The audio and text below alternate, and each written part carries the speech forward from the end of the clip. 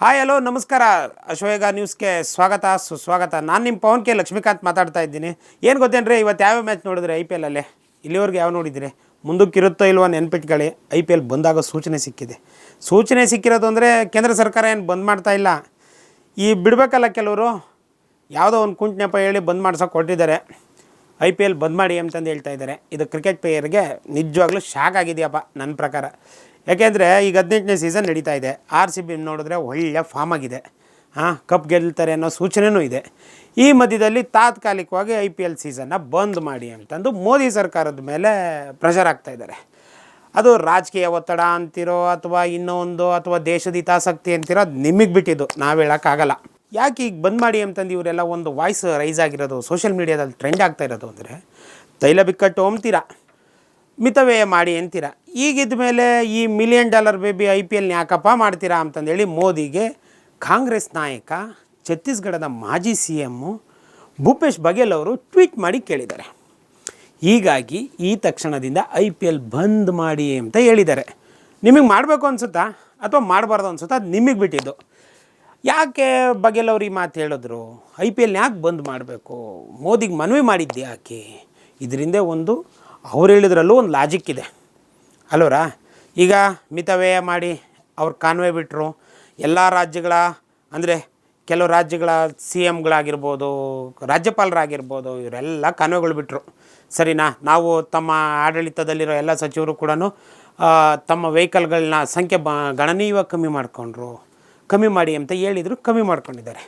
ಈಗ ಅದೇ ರೀತಿ IPL ಬ್ಯಾನ್ ಮಾಡೋದಕ್ಕೂ ಇದ್ಯಾವುದೋ ತೈಲ ಬಿಕ್ಕಟ್ಟಿಗೂ ಇವ್ರು ಹೇಳ್ತಾ ಇರೋದಕ್ಕೂ ಸಂಬಂಧ ಇದೆಯಾ ಅಂತ ನೀವು ಪ್ರಶ್ನೆ ಮಾಡ್ಬೋದು. ನಿಜವಾಗ್ಲೂ ಸಂಬಂಧ ಇದೆ.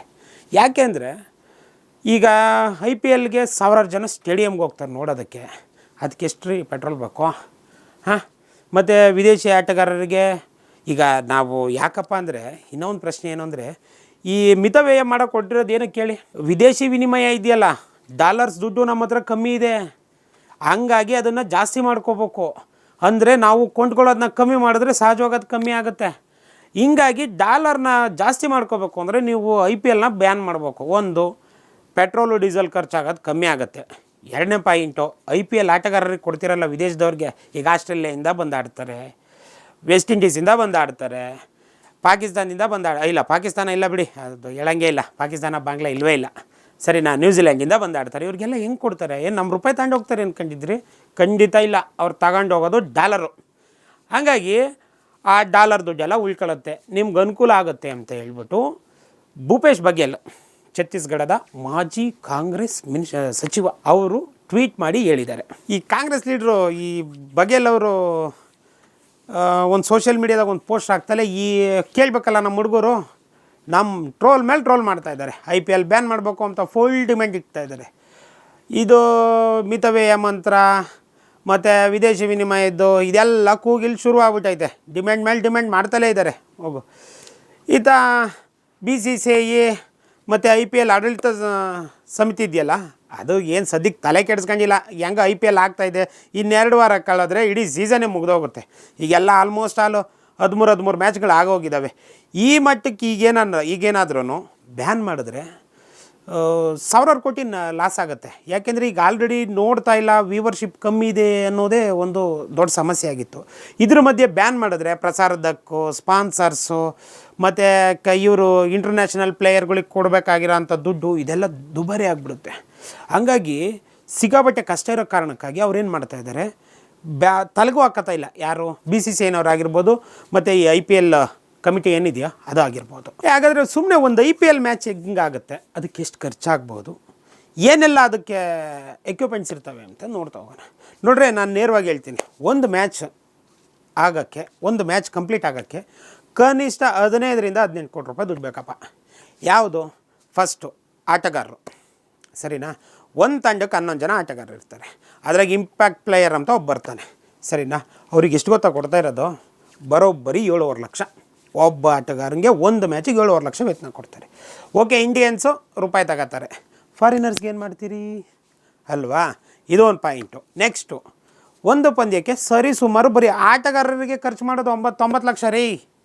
ಏನು ಕಮ್ಮಿ ದುಡ್ಡು ಆಗಲ್ಲ. ಇನ್ನು ಮೈದಾನದ ಬಾಡಿಗೆ ಮತ್ತು ಮಾಮೂಲಿ ಮೈದಾನ ಅಂದರೆ ಗೊತ್ತಲ್ಲ, ಸ್ಟೇಡಿಯಮ್ ಬಾಡಿಗೆ, ಆ ಸ್ಥಳ ಸೌಲಭ್ಯ ಅಂದರೆ ಯಾವುದಪ್ಪ ಈ ಸ್ವಚ್ಛತೆ ಏನೋ ಈ ಸ್ಟೇಡಿಯಂ ಇಟ್ಕೋತಾರಲ್ಲ ಆ ಸ್ಟೇಡಿಯಂನ ಮೂಲ ಸೌಕರ್ಯಕ್ಕೆಲ್ಲ ಖರ್ಚು ಮಾಡೋದು 50ರಿಂದ 1 ಕೋಟಿ ರೂಪಾಯಿ ದುಡ್ಡು ಖರ್ಚಾಗುತ್ತಂತೆ.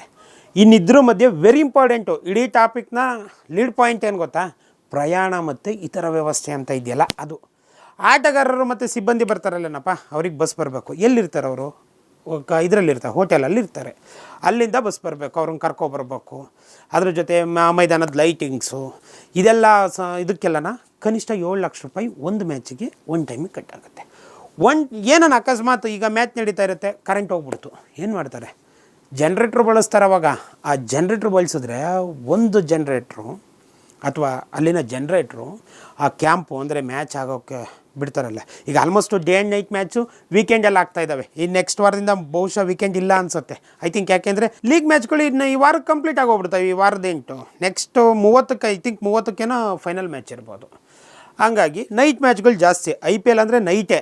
ಹಾಗಾಗಿ IPL ನೈಟ್ ಮ್ಯಾಚ್ಗಳಲ್ಲಿ ಕರೆಂಟ್ ಹೋಯ್ತು ಅಂದರೆ ಇಮಿಡಿಯೇಟು ರನ್ ಆಗಬೇಕಲ್ಲ. ಹಾಗಾಗಿ ಕನಿಷ್ಠ ಅದಕ್ಕೆ ಇಂಧನ ಬಳಸ್ತಾರಲ್ಲ ಆ ಜನ್ರೇಟ್ರುಗಳಿಗೆ, ಅದಕ್ಕೆ 3ರಿಂದ 5 ಲಕ್ಷ ರೂಪಾಯಿ ದುಡ್ಡು ಖರ್ಚಾಗುತ್ತಂತೆ. ಇನ್ನು ಅಧಿಕಾರಿಗಳ ಶುಲ್ಕ, ಮೈದಾನದ ನಿರ್ವಹಣೆ, ಅಂಪೈರು, ಮ್ಯಾಚ್ ರೆಫ್ರಿ, ಪ್ರತ್ಯೇಕ ಪಾವತಿ ಇವೆಲ್ಲ ಸೇರಿ ಅದೊಂದು 5-6 ಲಕ್ಷ ಅಂದ್ಕೊಂಬಿಡೋಣ, ಅಥವಾ ಒಂದು 10 ಲಕ್ಷನೇ ಅಂದ್ಕೊಂಬಿಡೋಣ. ಇನ್ನು ಚಿಯರ್ ಲೀಡರ್ಸು ಮತ್ತು ಇತರೆದು ಸ್ಟೇಡಿಯಂ ಮನೋರಂಜನೆ ಅವು ಇವು ಅಂದರೆ ಇವೇನೇನೋ ಗಾಳಿ ಬಿಡ್ತಾರಲ್ಲ, ಬೆಂಕಿ, ಈ ಲೈಟ್ಗಳು ಬರ್ತಾವಲ್ಲ, ಅವಕ್ಕೆಲ್ಲ ಕನಿಷ್ಠ 12ರಿಂದ 17 ಸಾವಿರ ರೂಪಾಯಿ ದುಡ್ಡು ಖರ್ಚಾಗುತ್ತೆ. ಒಟ್ಟಾರೆ ಒಂದು ಪಂದ್ಯ ಆಗೋದಕ್ಕೆ ಸರಿಸುಮಾರು 4ರಿಂದ 5 ಕೋಟಿ ರೂಪಾಯಿ ಖರ್ಚು ಬಂದರೆ ಯಾರು ಆಟಗಾರರ ವೇತನ, ಸಾರಿಗೆ ವೆಚ್ಚ, ಒಟ್ಟು ಮೊತ್ತ 15 ಕೋಟಿ ದಾಟುತ್ತೆ. ಒಂದು ಪಂದ್ಯಕ್ಕೆ BCCI ಅಥವಾ ಫ್ರಾಂಚೈಸಿಗಳಿಂದ ನಿಖರವಾಗಿ ಇಷ್ಟೇ ವಾಹನ ಎಂದು ಅಧಿಕೃತವಾಗಿ ಯಾರೂ ಘೋಷಣೆ ಮಾಡಿಲ್ಲ. ಸರಿನಾ? ಯಾಕೆ ಈ IPL ಬ್ಯಾನ್ ಮಾಡಿ ಅಂತಂದೇಳಿ ಭೂಪೇಶ್ ಬಘೇಲ್ ಹೇಳಿದ್ರು ಅಂದರೆ ಇದೇ ಕಾರಣಕ್ಕೆ. ನೋಡಿ, ಒಂದು ಮ್ಯಾಚ್ ಆಗಬೇಕಾದ್ರೆ ಯಾರೆಲ್ಲ ಬರ್ತಾರೆ? ನಾವಿನ್ನೂ ಯಾರು ಫ್ಯಾನ್ಸ್ಗೆ ಹೋಗಿಲ್ಲ, ಮತ್ತು ಅಲ್ಲಿಗೆ ನೋಡೋಕೆ ಬರೋ ರಾಜಕಾರಣಿಗಳಿಗೆ ಹೋಗಿಲ್ಲ ಇನ್ನೂ. ಸರಿನಾ? ಅಫಿಷಿಯಲಾಗಿ ಇದಲ್ದಲೇ ಅಂದರೆ ಇವರು ಅಭಿಮಾನಿಗಳಾಗಿರ್ಬೋದು ಅಥವಾ ಈ ಮ್ಯಾಚ್ ರೆಫ್ರಿಗಳು ಸ್ಪೋರ್ಟ್ಸರ್ಸ್ ಅಲ್ಲದೇನೆ ಇದ್ರ ಮಧ್ಯೆ ಇನ್ನೊಂದಿದ್ದಾವೆ. ಯಾವ್ದು ಗೊತ್ತಾ? ಈ ಬ್ರಾಡ್ಕಾಸ್ಟ್ಗಳು ಅಂತಂದು ಮ್ಯಾಚ್ಗೆ ಅಫಿಷಿಯಲಾಗಿ ಕಾರ್ಗಳ್ನ ಅರೇಂಜ್ ಮಾಡ್ಕೊಂಡಿರ್ತಾರೆ, ಪ್ರಚಾರಕ ವಸ್ತುಗಳು. ಅವು ಕನಿಷ್ಠ ಅಂದ್ರೂ ಈಗ ನಾವು ಕೆಲವು ಇದರಲ್ಲಿ ನೋಡ್ತಾ ಇದ್ದೀವಿ, IPL ಮ್ಯಾಚ್ಗಳು ಬರೋ 30ರಿಂದ 50 ವಾಹನ ಬಳಸ್ತಾರೆ. ಅದು ಸರಿಸುಮಾರು ಎಷ್ಟು ಖರ್ಚಾಗುತ್ತೆ ಏನಾಗುತ್ತೆ ಅನ್ನೋದು ನಿಮಗೂ ಗೊತ್ತಾಗುತ್ತೆ, ಅದು ಡಾಟಾ ಹುಡ್ಕೋದ್ರೆ. ಇವ್ರನ್ನೆಲ್ಲ ಆಟಗಾರರು, ಈ ಪ್ಲೇಯರ್ಸ್ ಇದ್ದಾರಲ್ಲ, ಈ ಪ್ಲೇಯರ್ಸ್ನು ಈ ಸಪೋರ್ಟ್ ಸ್ಟಾಫ್ನು ಕರ್ಕೊಬರೋಕ್ಕೆ 2 ಬಸ್ ಬೇಕಾ? ಸರಿನಾ? ಹೋಟೆಲಿಂದ ಮೈದಾನಕ್ಕೆ ಕರ್ಕೊಂಬರ್ತಾರೆ. ಅಫಿಷಿಯಲ್ಲು ಅನ್ಅಫಿಷಿಯಲ್ ಕಾರ್ಗಳು ಬರ್ತಾಯಿರ್ತವೆ. ಅವು ಯಾವುವು ಮ್ಯಾಚಿನ ಸಂಬಂಧಪಟ್ಟಂಥವ್ರಿಗೆ. ಸರಿನಾ? ಮ್ಯಾನೇಜರ್ಸು, ರೆಫ್ರಿಗಳು, ಇಂಥವಕ್ಕೆಲ್ಲ ಲಿಮಿಟೆಡ್ ಇಟ್ಟಿಲ್ಲ ಇವರು. ಬಸ್ಗಳ್ಗೆ ಅಷ್ಟೇ ಲಿಮಿಟೆಡ್, ಯಾವುದಕ್ಕೆ? ಇವ್ರಿಗಷ್ಟೇ. ಈ ಮ್ಯಾಚ್ ಆಗ್ತಾ ಇರುತ್ತಲ್ಲ, ಈಗ ಇಷ್ಟೆಲ್ಲ OBಗಳಾದವು ಅಥವಾ ಈ ಕಾರ್ಗಳಾದವು, ಯಾರೋ ಅಂಪೈರು, ಆಟಗಾರ್ಸದ್ದು ಇವರೆಲ್ಲ ಬರೋ ಅಂಥದ್ದು ಒಂದು ಇದಾದರೆ ಇವರೆಲ್ಲ ಬರ್ತಾರಲ್ಲ. ಇಷ್ಟು ಜನ ಕ್ರೌಡ್ ಸೇರೋ ಕಡೆ, ಈಗ ನಮ್ಮ ಬೆಂಗಳೂರಲ್ಲಿ ಆಯ್ತಲ್ಲ ಕಾಲು ತುಳುತ್ತಾ ಎಮರ್ಜೆನ್ಸಿ ಮೂಮೆಂಟು, ಅಂಥ ಮೂಮೆಂಟ್ಗೆ ಕಾನ್ವೆಗಳು ಬೇಕಾಗ್ತವೆ. ಕಾರ್ಗಳಾಗಿರ್ಬೋದು, ಆಂಬುಲೆನ್ಸ್ಗಳಾಗಿರ್ಬೋದು, ಇವರಾಗಿರ್ಬೋದು, ಸೆಕ್ಯೂರಿಟಿಗಳು ಅಂದರೆ ಪೊಲೀಸ್ನವರು, CRPF ಹೀಗೆಲ್ಲ ಹಾಕಿರ್ತಾರೆ. ಈಗ ಧರ್ಮಶಾಲಾದಲ್ಲಾದರೆ CRPF ಹಾಕ್ತಾರೆ. ಹೀಗೆ ಪ್ರತಿಯೊಂದಕ್ಕೂ ವೆಹಿಕಲ್ ಬಳಸಲೇಬೇಕಾಗತ್ತೆ. ಈಗ ಈ BMTC ಬಸ್ನಾಗ ತುಂಬ್ಕೊಂಡು ಹೋಗೋಕ್ಕಾಗಲ್ಲ ಜನನ, ಸಮಸ್ಯೆ. ಅಲ್ಲೇನಾಗಿರುತ್ತೆ, ಅವ್ರಿಗೆ ಒಂದು ಡಿಗ್ನಿಟಿ ಇರುತ್ತೆ, ಏನೋ ಇರುತ್ತೆ. ಹಾಗಾಗಿ ಅವ್ರನ್ನೆಲ್ಲರನ್ನೂ ಒಬ್ಬೊಬ್ಬರನ್ನೇ ಕರ್ಕೊಂಡು ಹೋಗೋದು ಅಥವಾ 2ರಿಂದ 1 ಕಾರ್ ಕೊಡೋದು, ಈ ವ್ಯವಸ್ಥೆಗಳಿರ್ತವೆ. ಇದಕ್ಕೆ ನೂರಾರು ವೆಹಿಕಲ್ಗಳು ಬೇಕಾಗ್ತವೆ. ಸಣ್ಣ ಪುಟ್ಟ ವಾಹನಗಳಂತೂ ಬಳಸೋಕ್ಕಾಗೋದಿಲ್ಲ. ಈ IPL ಮ್ಯಾಚು ಈಗ ಇಷ್ಟೆಲ್ಲ ಹೇಳಿದ್ನಲ್ಲ ನಾನು. ಇದಾದಮೇಲೆ ಒಂದು ಸ್ಟೇಡಿಯಮ್ಗೆ ಎಷ್ಟು ಜನ ಕೂರ್ತಾರೆ ಗೊತ್ತಾ? ವಾಂಖೇಡೆ, ಚಿನ್ನಸ್ವಾಮಿ ಸ್ಟೇಡಿಯಮ್ಗಳಾದರೆ 33 ಸಾವಿರದಿಂದ 35 ಸಾವಿರ ಅಷ್ಟೇ ಲಾಸ್ಟು. ವಾಂಖೇಡೆ ಮತ್ತು ಚಿನ್ನಸ್ವಾಮಿ ಸಿಕ್ಕಾಪಟ್ಟೆ ಚಿಕ್ಕ ಸ್ಟೇಡಿಯಮ್ಗಳವು. ಈ ಅಹಮದಾಬಾದ್ ಆದರೆ 1 ಲಕ್ಷ ಜನ ಕೂರ್ತಾರೆ. ಆ 1 ಲಕ್ಷ ಜನ ಕೂರೋದಕ್ಕೆ ಎಷ್ಟು ಜನ ಬರ್ತಾರೆ? ಈಗ ನಾವು ಸಹಜವಾಗಿ ಏನು ಗೊತ್ತಾ, 4 ಜನಕ್ಕೆ ಒಂದು ಕಾರ್ ಅಂತ ಲೆಕ್ಕ ಹಾಕಿದ್ರೆ 25 ಸಾವಿರ ವೆಹಿಕಲ್ಗಳು ಬರ್ತವೆ. 2 ವೀಲರ್ಗಳೆಷ್ಟು, ಅದರಲ್ಲಿ ಕಾರ್ಗಳೆಷ್ಟು. ಮತ್ತು ಈಗ ನಮ್ಮ ಕರ್ನಾಟಕದಲ್ಲಿ ಬೇರೆ ಒಂದು ತಿರುಪೇಶೋಕಿ ಮಾಡಿಬಿಟ್ಟವ್ರೆ. ಏನು ಅಂದರೆ ಎಲ್ಲ ಈ IPL ಟಿಕೆಟ್ಗಳ್ನ ಒಬ್ಬ MLA ಗೆ 4 ಕೊಡ್ಬೇಕು ಅಂತಂದು. ಇವರೇನೋ ಹೋದ್ರು ಒಬ್ರು ಹೋಗ್ತಾರೆ ಇವರು. ಹಾಂ, ಇಬ್ಬರು ಗಂಡ ಹೆಂಡ್ತಿ ಇಬ್ಬರು ಹೋದ್ರೆ ಅವರಿಬ್ಬರು MLA ಹೆಂಡ್ತಿ ಅಥವಾ MLA ಹೆಂಡ್ತಿ ಆಗಿದ್ರೆ ಆ ಶಾಸಕಿ ತಪ್ಪಿರೋ ಅವ್ರ ಮಕ್ಕಳು ಮರಿ ಮತ್ತು ಅವ್ರ ಜೊತೆ ಕಾನ್ವೆ ಇವೆಲ್ಲ ಹೋಗ್ತಾರೆ. ಕನಿಷ್ಠ ಸರಿಸುಮಾರು ಒಂದು ಮ್ಯಾಚ್ ಆದರೆ ಏನಿಲ್ಲ ಅಂದ್ರೂ 30,000 ವೆಹಿಕಲ್ ಸೇರಿಸ್ತವೆ. 30,000 ವೆಹಿಕಲ್ ಅಂದರೂ ಜಾಸ್ತಿ ಆಗುತ್ತೋ ಅಥವಾ ಕಮ್ಮಿ ಆಗುತ್ತೋ ಅಲ್ಲಿನ ಜನಗಳ ಮೇಲೆ ಡಿಪೆಂಡ್ ಆಗುತ್ತೆ. ಯಾಕೆ ಅಂದರೆ 1,00,000 ಜನ ಸೇರಿದ್ರು ಅಂದರೆ, ಈಗ ನಾನು ಅಹಮದಾಬಾದ್ ಒಂದು ಉದಾಹರಣೆ ಕೊಟ್ಟೆ. ಅಹಮದಾಬಾದಲ್ಲಿ 1,00,000 ಜನ ಸೇರ್ತಾರೆ ಅಂದರೆ ಮತ್ತು ಎಲ್ಲ ಇವ್ರ ವೆಹಿಕಲ್ಗಳು ಅಂದರು 30ರಿಂದ 40 ಅಥವಾ 50 ವೆಹಿಕಲ್ ಅಂತಂದು ಯಾರೋ ಆಟಗಾರರು, ಅಂಪೈರ್ಸು ಮತ್ತು ಸಪೋರ್ಟಿಂಗ್ ಸ್ಟಾಫು ಇವರೆಲ್ಲ ಸೇರಿ ಅವರ ಒಂದು 50 ವೆಹಿಕಲ್ಲು, ಇದ್ರ ಮಧ್ಯೆ ಬ್ರಾಡ್ಕಾಸ್ಟ್ ಒಂದು 10 ವೆಹಿಕಲ್ಲು, ಹಾಂ, ಆ ಒಂದು 60 ವೆಹಿಕಲ್ ಆಗ್ತವೆ. 60 ಪ್ಲಸ್ ಜನ ಹೋಗೋರು, ಇಷ್ಟು ಜನ ಒಂದೇ ಕಡೆ ಕೂತು ನೋಡ್ತಾರೆ. ಇದಕ್ಕೆ ಎಷ್ಟೆಲ್ಲ ಇಂಧನ ಖರ್ಚಾಗುತ್ತೆ ಅನ್ನೋದು ಈ ಲಾಜಿಕ್ಕು ಕಾಂಗ್ರೆಸ್ನ ಮಾಜಿ CM, ಛತ್ತೀಸ್ಗಢದ ಮಾಜಿ CM ಭೂಪೇಶ್ ಬಘೇಲ್ ಅವರು ಎತ್ತಿದ್ದಾರೆ. ಈ ಬಗ್ಗೆ ನಮ್ಮ ಯುವಕರು ಈ ಸೋಷಿಯಲ್ ಮೀಡಿಯಾದಲ್ಲಿ ಟ್ರೋಲ್ ಮಾಡ್ತಾ ಇದ್ದಾರೆ.